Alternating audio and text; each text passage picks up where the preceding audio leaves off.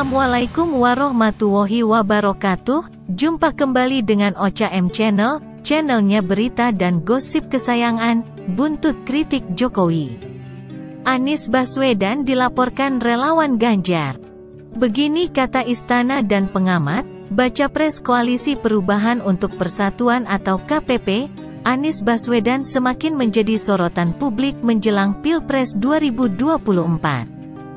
Diketahui belakangan ini Anies Baswedan kerap melayangkan kritikan pedas pada pemerintahan Presiden Joko Widodo. Anies Baswedan pun sempat kritik Jokowi saat diundang dalam acara Milad PKS ke-21 di Istora, Senayan, Sabtu tanggal 20 Mei tahun 2023 lalu.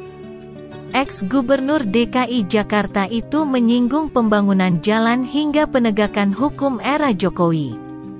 Anies membandingkan keberhasilan pembangunan jalan nasional di era Presiden RI ke-6 Susilo Bambang Yudhoyono atau SBY dengan era Presiden Jokowi.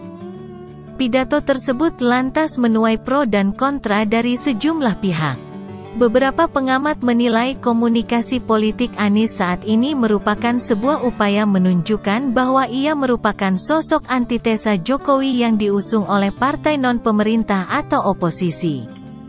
Anies kritik pembangunan era Jokowi. Anies Baswedan membandingkan pembangunan infrastruktur jalan era kepemimpinan Jokowi dan Susilo Bambang Yudhoyono. Awalnya, Anies mengakui pembangunan infrastruktur jalan era Jokowi menjadi paling terpanjang dibandingkan kepemimpinan sebelumnya. Namun, Anies menyoroti mayoritas infrastruktur jalan yang dibangun era Jokowi itu merupakan jalan berbayar.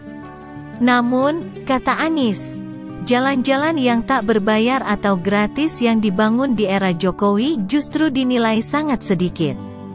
Padahal, jalan tersebut dipakai untuk mobilitas penduduk dari sudut desa ke perkotaan.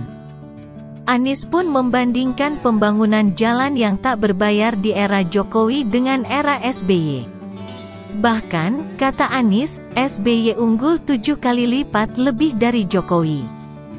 Kalau coba saya bandingkan dengan pemerintahan 10 tahun yang lalu di zaman Presiden Pak SBY, jalan tak berbayar yang dibangun adalah sepanjang 144.000 atau 7,5 kali lipat.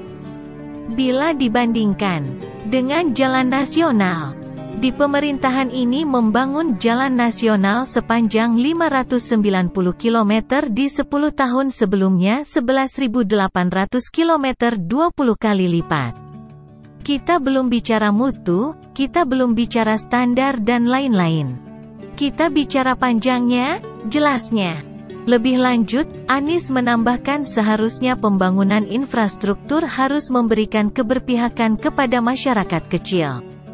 Khususnya, pembangunan jalan yang tak berbayar atau gratis bagi masyarakat Indonesia. Dilaporkan relawan Ganjar, kritikan Anies itu mendapatkan sentimen negatif dari relawan Ganjar Pranowo Center atau GP Center.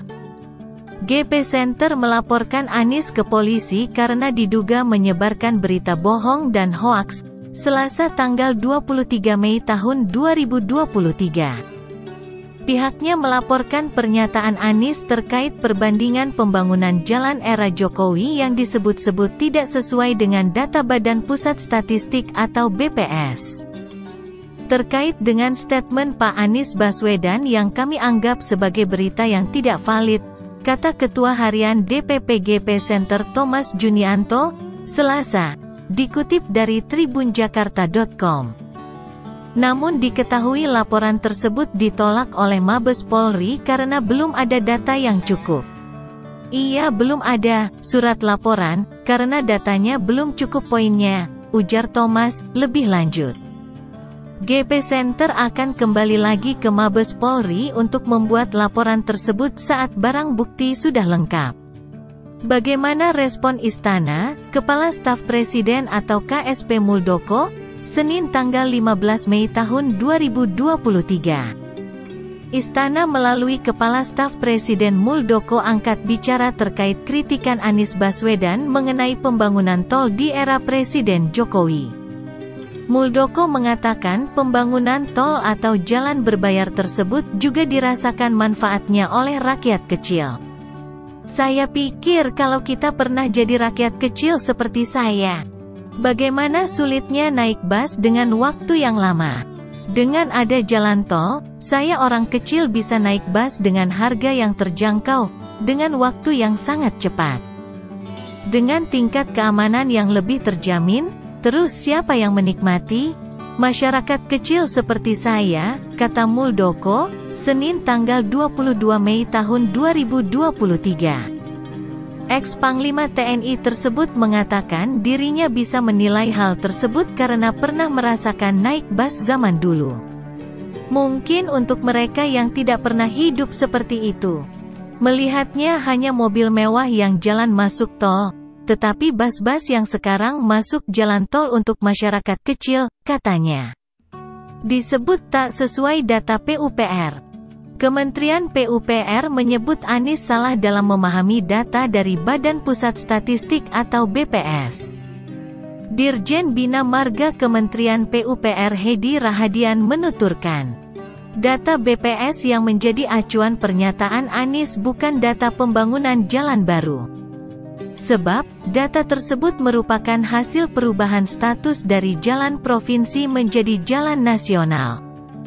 Yang disebut bahwa pembangunan jalan SBY lebih panjang dari zaman Jokowi, itu bukan itu maksud data BPS, jadi salah interpretasi data BPS, kata Hedi, Rabu tanggal 24 Mei tahun 2023 dikutip Kompas.com. Direktur Jenderal Bina Marga Kementerian PUPR Hedi Rahadian saat ditemui di Kementerian PUPR.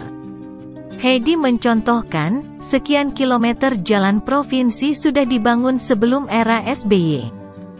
Namun pada era SBY jalan provinsi tersebut berubah statusnya menjadi jalan nasional karena diterbitkan surat keputusan atau SK baru. Sehingga, penambahan jalan nasional di era SBY bukanlah hasil pembangunan baru, melainkan hanya perubahan status jalan. Jadi zaman SBY kan nambah tuh jalan nasional. Itu kebanyakan bukan hasil pembangunan, katanya. Bagaimana dengan data PUPR, apabila merujuk data PUPR? Jalan nasional non-tol pada kepemimpinan Presiden SBY di tahun 2004 mencapai 34.629 km. Pada Desember tahun 2014, tercatat jalan nasional non-tol menjadi 38.570 km. Artinya, jalan nasional non-tol di era SBY bertambah sekira 3.941 km. Selanjutnya, Kementerian PUPR mencatat panjang jalan nasional non-tol hingga akhir 2021 mencapai 46.965 km. Dikutip dari tribunjakarta.com, hal ini menunjukkan jalan nasional non-tol yang dibangun di era Presiden Jokowi bertambah hingga 8.395 km. Data Kementerian PUPR menunjukkan pembangunan jalan nasional non-tol di era Presiden Jokowi lebih masif dibandingkan zaman SBY. Meski demikian, pernyataan Anies tak sepenuhnya salah. Pasalnya, data Badan Pusat Statistik atau BPS menunjukkan hal berbeda dibandingkan data Kementerian PUPR. Dari catatan BPS, panjang jalan nasional non-tol tahun 2004 mencapai 34.628 km.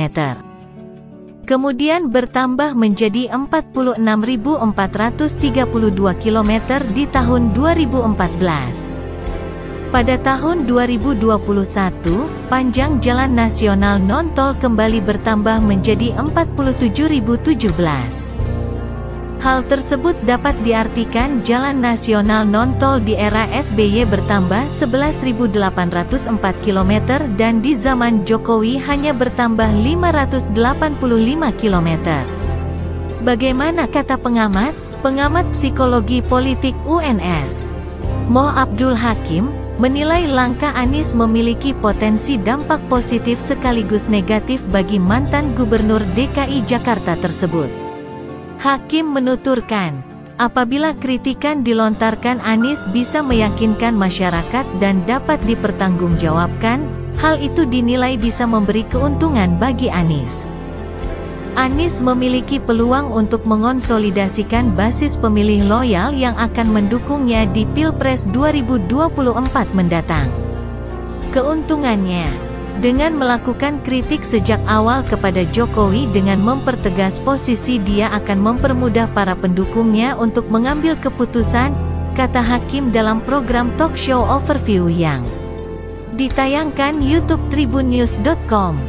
Kamis tanggal 25 Mei tahun 2023. Anies, kata hakim, bisa meraup suara dari para antitesa pemerintahan Jokowi. Ini adalah usaha Anies Baswedan posisinya, sehingga dia bisa menarik dua jenis pemilih. Pertama, pemilih yang dari awal memang tidak mendukung Pak Jokowi, dan kedua, pendukung yang merasa dikecewakan oleh pemerintahan Jokowi. Dan kelompok kedua ini terjadi pada menengah dan terdidik, ujar hakim.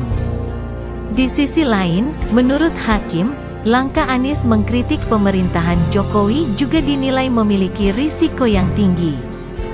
Memposisikan sebagai antitesa Jokowi ketika kepuasan publik terhadap kinerja presiden sangat tinggi itu jelas punya risiko tinggi, katanya.